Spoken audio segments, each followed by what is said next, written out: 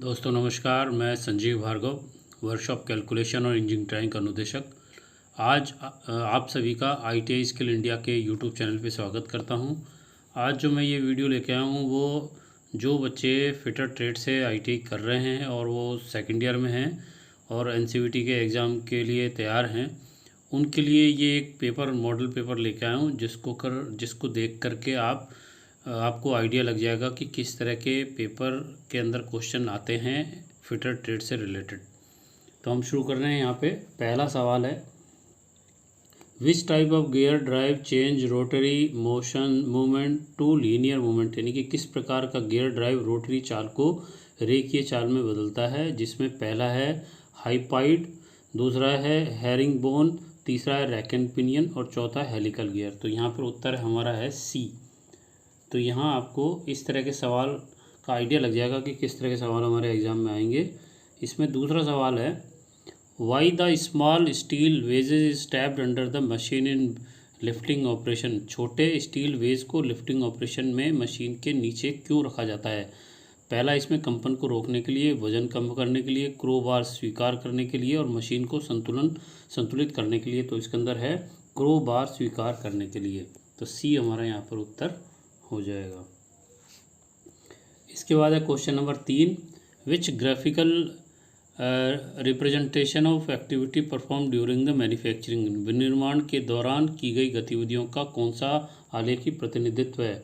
Job card, प्रक्रिया chart, batch record का form या बैच प्रोसेसिंग फॉर्म। तो यहाँ पर है हमारा उत्तर प्रोसेसिंग चार्ट बी। इसके बाद क्वेश्चन नंबर 4 है, what is the name of copper ore, copper के एस का क्या नाम होता है। इसमें पहला गलेना, ब्लैंड, बॉक्साइट, मेलाकाइट। तो इसके अंदर उत्तर है हमारा डी, मेलाकाइट। चौथा, पांचवा क्वेश्चन है, why aluminium is used widely in the aircraft industry, विमान उद्योग में व्यापक रूप से एल्युमिनियम का उपयोग क्यों किया जाता है। तो इसके अंदर है हल्का वजन की वजह से, हाई और ब्रिटल की वजह से, हार्ड और ब्रिटल की वजह से, उच्च तन्यता ताकत की वजह से और कम तापीय चालकता की वजह से। तो उत्तर है इसका उत्तर लाइट वेट, यानी कि एल्युमिनियम हमारा बहुत हल्का होता है, इसलिए हम यहाँ पे एयरक्राफ्ट इंडस्ट्री में इसको काम में ज़्यादा लिया जाता है। अगला सवाल है, विच ore is extraction of aluminium, कौन सा अयस्क एल्युमिनियम का निष्कर्षण है। तो पहला है पाइराइट, गलेना, ब्लेंड और बॉक्साइट। तो उत्तर है हमारा डी, बॉक्साइट से, बॉक्साइट जो अयस्क होता है उसमें से एल्युमिनियम को निकाला जाता है।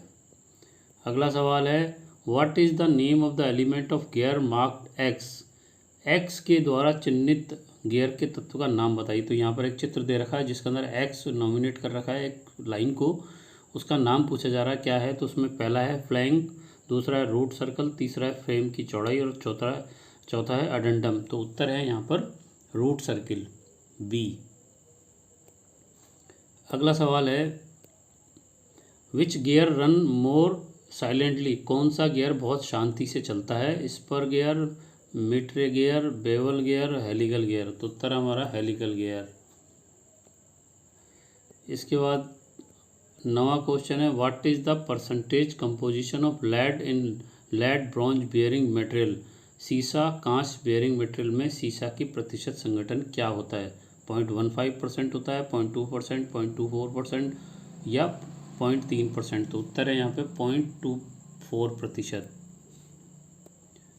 अगला सवाल, which coupling will have disengaging previous provisions, कौन सा कपलिंग में डिसएंगेज प्रावधान होता है। Clamp coupling, slip type coupling, universal coupling और प्लेट कपलिंग। तो उत्तर हमारा है सी, यूनिवर्सल कपलिंग। अगला सवाल है, what is the element of gear mark as X, इस गियर के अंदर जो एक्स मार्क कर रखा है वो क्या चीज़ है। जिसके अंदर पिच लाइन, दूसरा है फेस की चौड़ाई, तीसरा है अडेंडम सर्किल और चौथा है डिडेंडम सर्किल। तो उत्तर है हमारा यहाँ सी, अडेंडम सर्किल। तो इसको देख सकते हो आप कि एक्स जो मार्क कर रखा है। अगला सवाल, which belt slip less in power transmission, power transmission में कौन सी बेल्ट कम फिसलती है।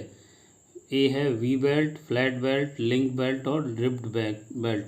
तो उत्तर है इसके अंदर A V belt.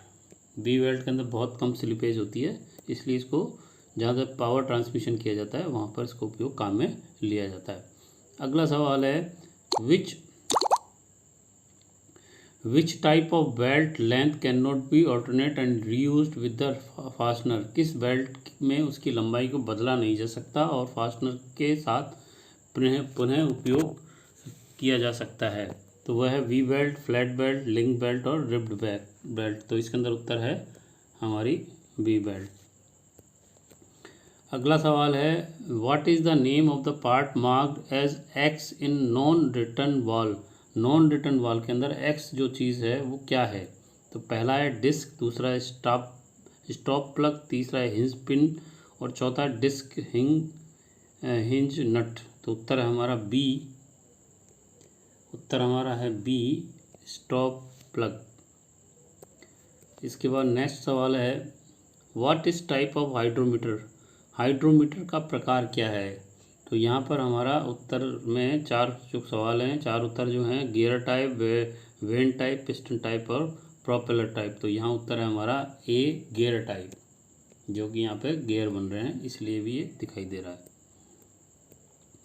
What is the name of the part mark as X in double acting cylinder. Double acting cylinder में एक्स चिन्ह का भाग का नाम क्या है। तो यहाँ पर पहला है गाइड रिंग, दूसरा है पिस्टन रिंग, तीसरा है लॉक नट, चौथा है सिलेंडर कैप। तो उत्तर है हमारा बी, पिस्टन रॉड। अगला सवाल है what is the science that you study the property and the application of air. वह विज्ञान क्या है जिसके तहत आप वायु के गुणों और उपयोग का अध्ययन करते हैं। हाइड्रोलिक सिस्टम, न्यूमेटिक प्रणाली, विद्युत प्रणाली और मैकेनिकल प्रणाली। तो उत्तर उसके अंदर आएगा न्यूमेटिक। तो आप जानते होंगे कि न्यूमेटिकल इक्विपमेंट होते हैं जो किसी चीज़ को टाइट और कसने के लिए, ढीला करने के लिए न्यूमेटिक इंस्ट्रूमेंट का उपयोग किया जाता है। तो वहाँ पे हवा से संबंधित प्रॉपर्टी के बारे में जानकारी हम उपयोग में लेते हैं। What is the defect caused by interlocked air bubble and pocket in the hydraulic pipeline and component. Hydraulic pipeline और घटकों में इंटरलॉक हवा के बुलबुले और पॉकेट के लिए इस्तेमाल किए गए शब्द का नाम क्या है। कैविटेशन, दूसरा है स्टैटिक प्रेशर, तीसरा है वाष्प प्रेशर, चौथा है प्रेशर जैक्स प्रेशर जैक्स। तो उत्तर है हमारा A cavitation. Next question what is the system of lubrication. Snake की कौन सी ये प्रणाली है। तो इसके अंदर विक्ड फीड, रिंग ऑयलिंग, तीसरी है स्प्लैश सिस्टम और चौथी है मैनुअल स्क्रू डाउन सिस्टम। तो यहाँ पर उत्तर है बी रिंग सिस्टम।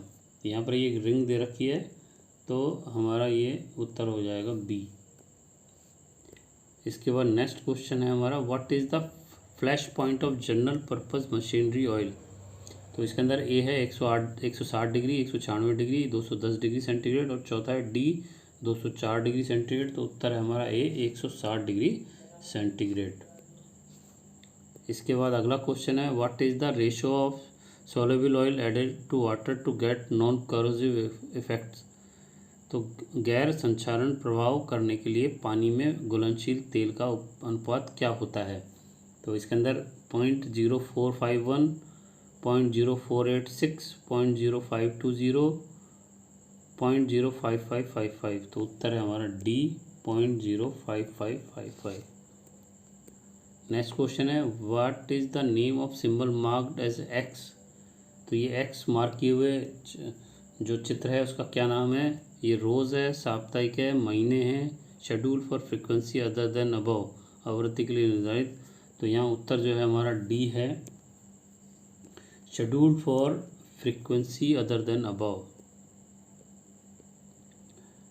इसके अंदर what is the method of lubrication. Snake की विधि क्या है।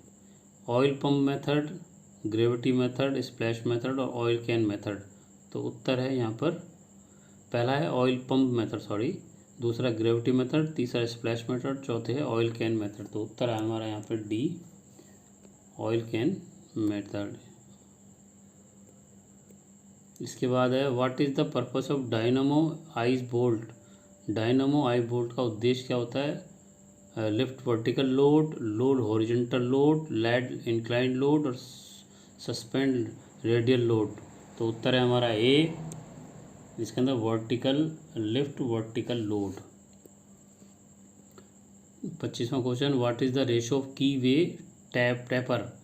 की वे टेपर का अनुपात क्या है? 0.0546, 0.055, 0.076 और 1:100। तो उत्तर आ गया हमारा डी, 1:100। अगला सवाल विच type of metal screw use for self tapping on hand और ब्रिटल मटेरियल। कठोर या भंगुर सामग्री पर स्वयं टैपिंग के लिए किस प्रकार के मेटल स्क्रू का उपयोग किया जाता है? तो उसमें है self pressing, self pressing, thread cutting, thread forming and hammer driven screw. तो उत्तर है हमारा थ्रेड कटिंग, बी।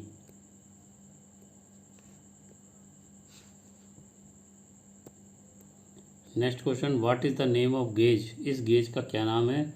तो पहला है pitch gauge, angle gauge, feeler gauge और रेडियस गेज। तो ये उत्तर हो गया हमारा रेडियस गेज। उत्तर हो गया D, radius gauge. What type of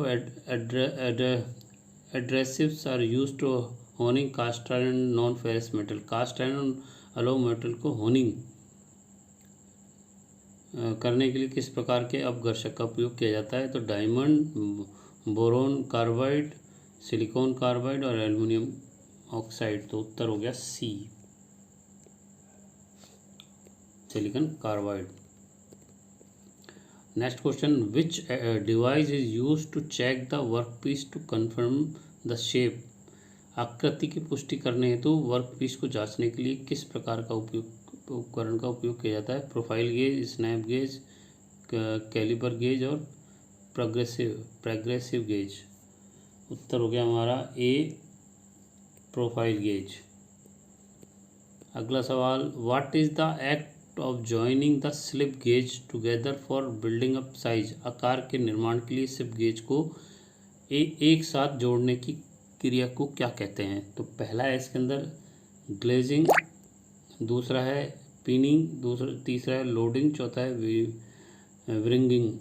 तो उत्तर है हमारा D, wringing. What is the cost if the lap is harder than the work piece. यदि वर्क पीस की तुलना में लैप कठोर हो तो क्या होगा? Work piece will cut the lap, work piece lap को काट देगा। एक्यूरेसी प्राप्त नहीं की जा सकती, accuracy can not be obtain. Lap work piece को काट देगा, lap will cut the work piece. और चौथा है लैपिंग ऑपरेशन उच्च धब्बे बनाने लगेगा कि lapping operation leave high spots. तो उत्तर यहाँ पर है A, work piece will cut the lap. Next question why manual stroking is preferred for large quantity in the honing operation. Honing operation में बड़ी मात्रा के लिए मैनुअल स्ट्रोकिंग क्यों पसंद की जाती है? लागत कम करने के लिए, समय को कम करने के लिए, कम टॉलरेंस रखने के लिए, रखरखाव लागत को कम करने के लिए। तो उत्तर है यहाँ पे हमारा C, to keep close tolerance, कम टॉलरेंस रखने के लिए। अगला सवाल है which nut protect the bolt and threads from damage. कौन सा नट बोल्ट के सिरे की चूड़ियों को नुकसान होने से बचाता है? तो यहाँ है कैप नट, कैसल नट, स्टाइलिंग नट और नर्ल नट। तो उत्तर है हमारा cap nut, A.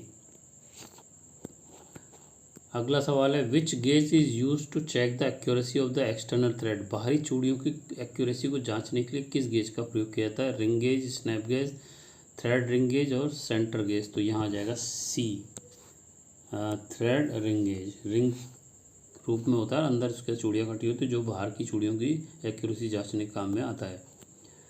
Which file has double cut on face and single cut at edge. किस फाइल के फेस पर डबल कट और किनारे पर सिंगल कट होता है? Pillar file, single cut file, राफ्ट कट फाइल और वार्डिंग फाइल। तो उत्तर है हमारी warding file, D. Next question what is the name of nut having top part in cylindrical shape and bottom part is hexagonal shape. उस नट का क्या नाम है जिसके शीर्ष भाग बेलनाकार आकार और नीचे का भाग हेक्सागोनल आकार का होता है? स्टार्लिंग नट, टी नट, कैप नट और कैस्टल नट। तो ये उत्तर है कैसल नट, डी। अगला सवाल, what is the gauge to check acceptable size और external diameter of the shaft. Shaft के बाहरी व्यास का स्वीकार्य साइज की जांच करने के लिए गेज कौन सा है? रिंग गेज गो, प्लग गेज नो गो, रिंग गेज नो गो, प्लग गेज नो गो। तो यहाँ उत्तर है हमारा ring gauge go. What is the purpose of brain solution water oil and air use in heat treatment process. ऊष्मा उपचार प्रक्रिया में उपयोग किए गए ब्राउन सॉल्यूशन पानी, तेल और हवा का उद्देश्य क्या होता है?